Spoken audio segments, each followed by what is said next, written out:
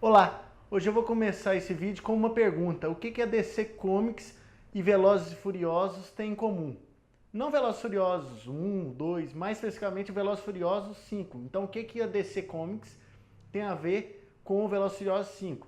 Calma, eu vou explicar para você essa teoria que eu tô tendo. Começa agora, Alguma Coisa de Cinema. Pois bem, é o seguinte, o ator Tyrese Gibson, do Velozes e Furiosos 5, Operação Rio, divulgou no Instagram dele uma possível foto dele como se fosse o Lanterna Verde, o novo Lanterna Verde. E isso originou essa teoria, que alguém da DC Comics é muito fã de Velozes e Furiosos. Por quê? Se o Tyrese Gibson é o Lanterna Verde, ele vai se juntar a mais dois personagens de Velozes e Furiosos 5, Operação Rio, no universo DC dos cinemas. Aí eu te falo, quem são esses dois outros personagens? Um é a Mulher Maravilha, a Gal Gadot, que fez Velozes e Furiosos 5, Operação Rio. E o segundo é o Dwayne The Rock Johnson, que vai ser o Adão Negro da DC no universo cinema. Pode ser coincidência? Sim, mas três atores de um mesmo filme, Velozes e Furiosos 5, Operação Rio, em um filme da DC Comics. Eu sei até o que você está pensando. Você deve estar pensando assim, nossa, mas essa teoria é muito viajada, o que tem a ver a DC Comics com o Velozes e Furiosos?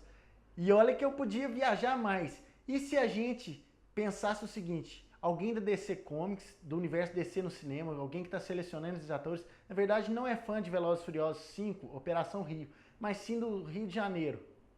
Aí a gente pode acrescentar nessa teoria maluca mais uma pessoa, além do Tyrese Gibson, que fez Velozes e Furiosos 5, Operação Rio, além da Gal Gadot, que fez Velozes e Furiosos, Operação Rio, além do The Rock, que fez Operação Rio também.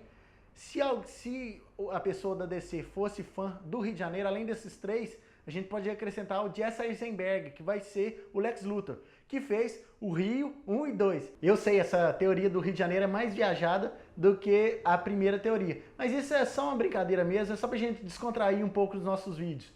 Se você gostou desse vídeo, clique em gostei, compartilhe com seus amigos nas redes sociais, se inscreva no nosso canal aqui no YouTube, mande suas sugestões também para o nosso e-mail, que está aparecendo aí embaixo, contato@algumacoisacinema.com, para as nossas redes sociais, Twitter, Facebook e as demais redes sociais.